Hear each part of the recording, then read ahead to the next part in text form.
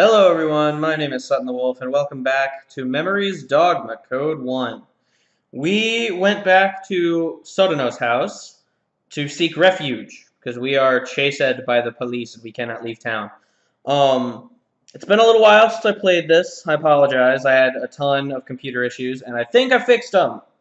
But I'm getting back into this series. I'm going to do a couple episodes. Something is not there, apparently. Maybe we were looking for something of Sodano's.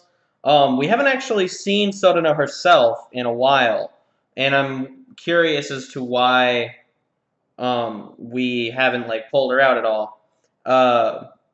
I mentioned this before. I wasn't big on a turn that this game had taken where it instead of it having choices, there's like a correct. Well, there's choices. There's a correct choice and a wrong choice, and I didn't really like that. I wish that it was more of a hey, build your own story, butterfly effect kind of thing. But I don't know. I still think it's a good game, and we're gonna continue. It's not there. Something that should be in our world is noticeably absent.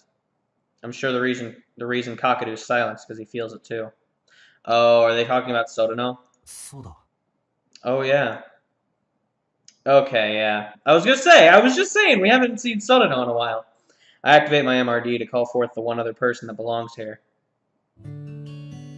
Yay, we have Sodano again. Oh, every time Sodano shows up, it's like a lull in the depression, you know? It's like this game is so dark. Every time we see Sodano, though, we got this calm music playing, and she's so cute, and her voice is so uplifting. It's very nice.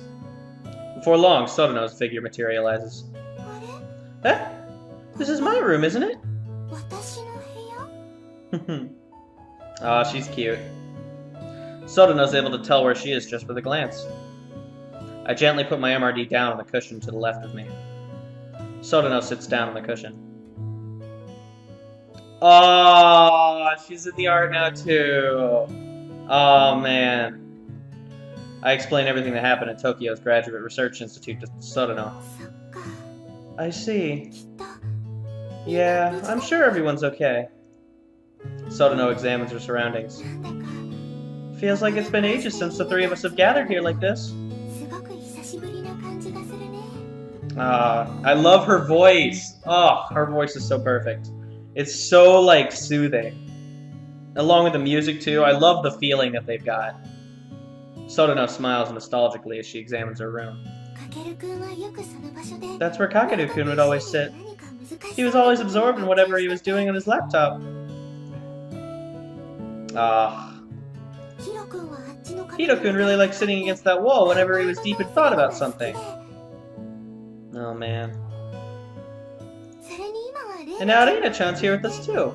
It feels nice to have her here. いいね。 Oh, God, this must be so rough. そうね。 I've had loved ones... I've had loved ones slash friends, pass away before. That, I was really close with. And that's... You know, obviously I've never had it be to where, oh, they can come back momentarily. But, I've had the moments where it's you know, rather than the person themselves saying it, me and other friends of mine are, sitting around and being you know...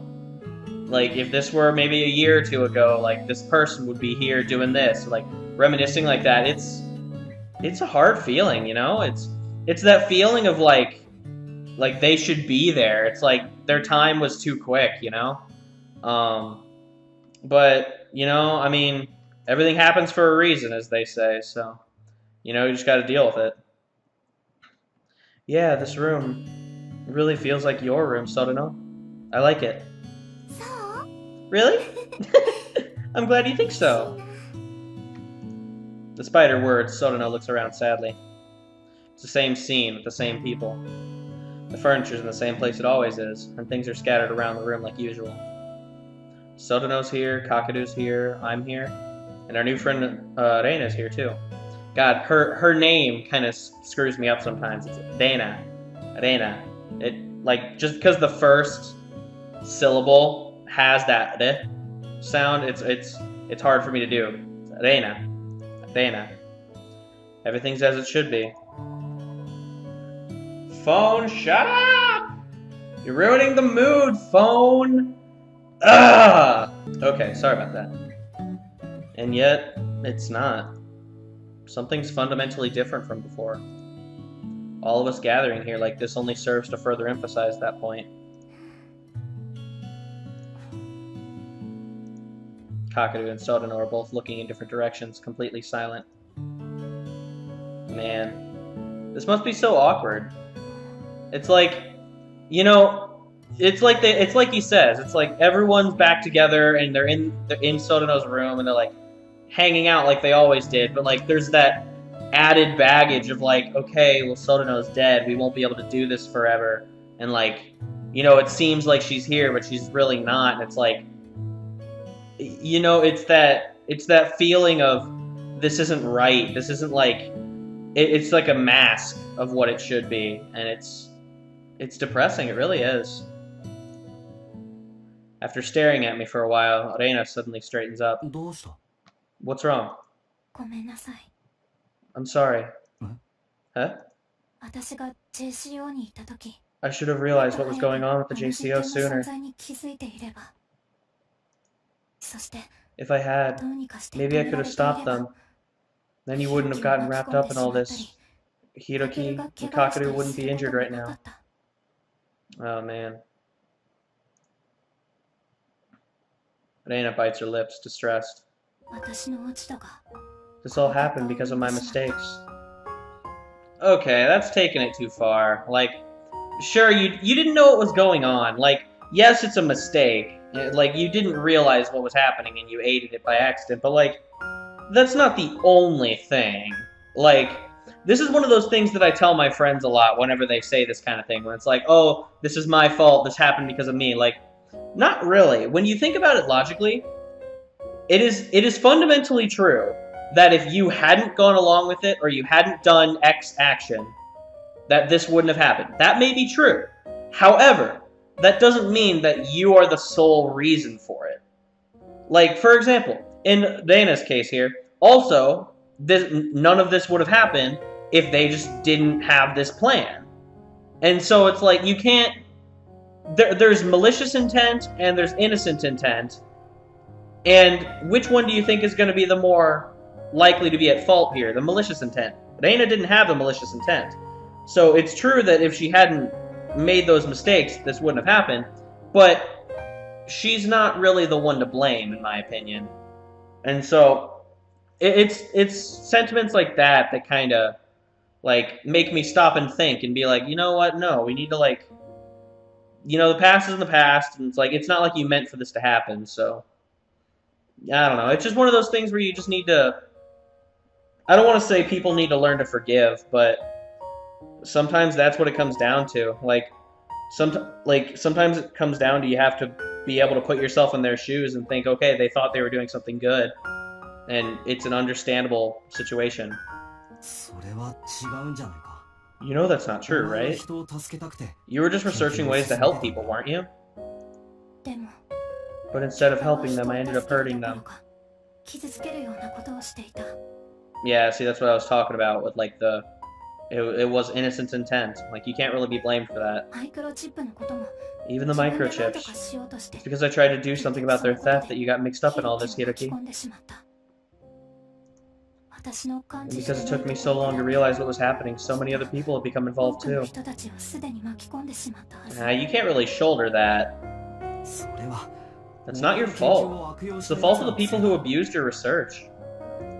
私たちの研究を悪用しようと One する day people will surely try to use our research for evil. いつか That's why you need to make sure it's not abused. だから君がこの Is that 研 something 究 she を was 正 told しい one 方 day? 向に導いてほしい。もう長くないって分かってから When he realized he wasn't long for this world, Sensei started saying that quite often. 確かに I certainly did want my research to be of help to 助けるこ people. とにつながればいいとは思ってた。 And that's another aspect of this I didn't really touch on. Like, if you think about this from Reina's standpoint, she's the one who had these innocent intents, and she's been finding out that her research has been used for all these terrible things. And so it's like, it's equally depressing. And it's really hard as the person that helped aid this bad thing that happened. Like, it's really hard to look back on it and say, no, this isn't my fault. It's so easy to just look back on it and say, you know what, I caused this. And it really does get depressing sometimes. It's really hard to realize that, like, things aren't the way they should be and it's not your fault. But thinking back on it now, all I was really thinking about was whether or not I was living up to Sensei's expectations.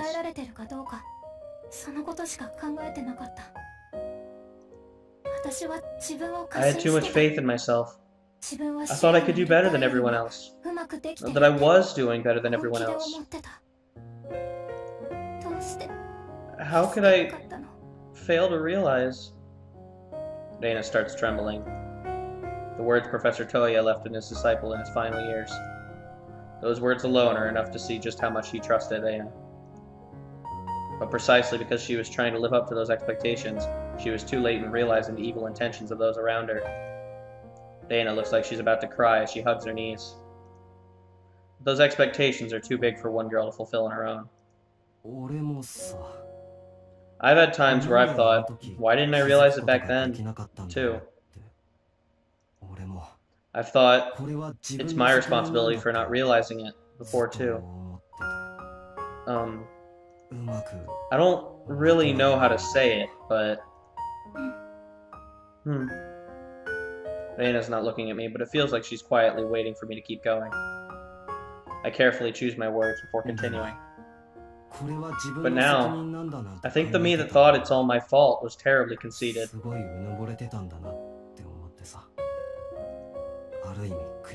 It's painful to admit, but no matter how much you may want to believe it's all your fault, it's impossible to take on all that responsibility by yourself.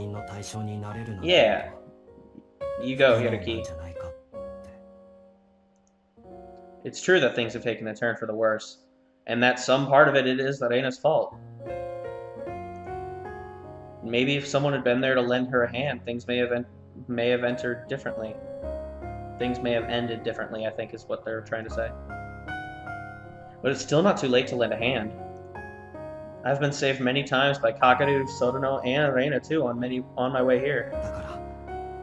That's why your promise with the professor in the current state of things isn't your fault alone.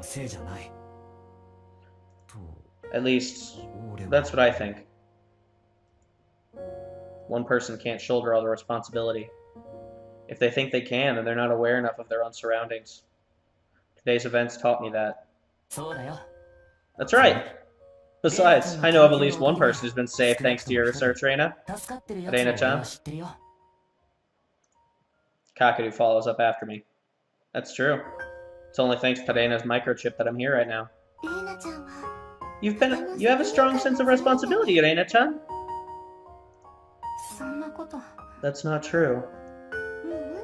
No, you do. I can tell. You've worked so hard to try and protect the promise you made with your professor. It's not an easy thing to do. Dana looks a bit surprised at Sotono's words, but then... We're gonna find out next time. I know I kind of rambled a bit on this episode, guys. But you know, this is one of those games that it feels like you kind of need to take it slow a bit. It may seem like we're kind of slowly going through the story and like dragging it out, but like I'm okay with that, just because this game and its emotions are very new to me, and so I want to be able to get the feeling that the developers of this game wanted to instill in the audience. You know.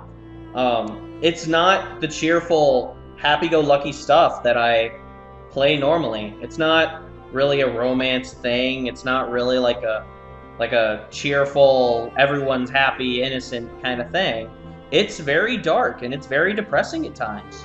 And so I want to be able to acknowledge this game for what it is.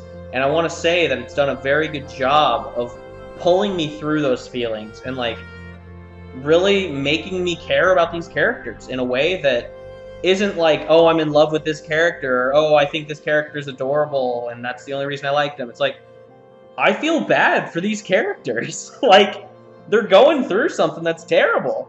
And, like, again, say what you will, they're fictional characters, but, like, that just makes it all the more impressive that these game developers have made something about fictitious characters that really catches your eye and makes you care. And I feel like that's one of the biggest things that these games are all about. And so, endless props to the game developers just making me care about the world that they've created and the characters that they've created. It's very well done, and I love it. So, thank you guys so much for watching. That's going to do it for me today. I'm going to continue with this. Leave your thoughts and opinions down in the comment section down below. I will always read them, and I will always take them into account. And I will see you guys next time for another episode of Memories Dogma Code 1.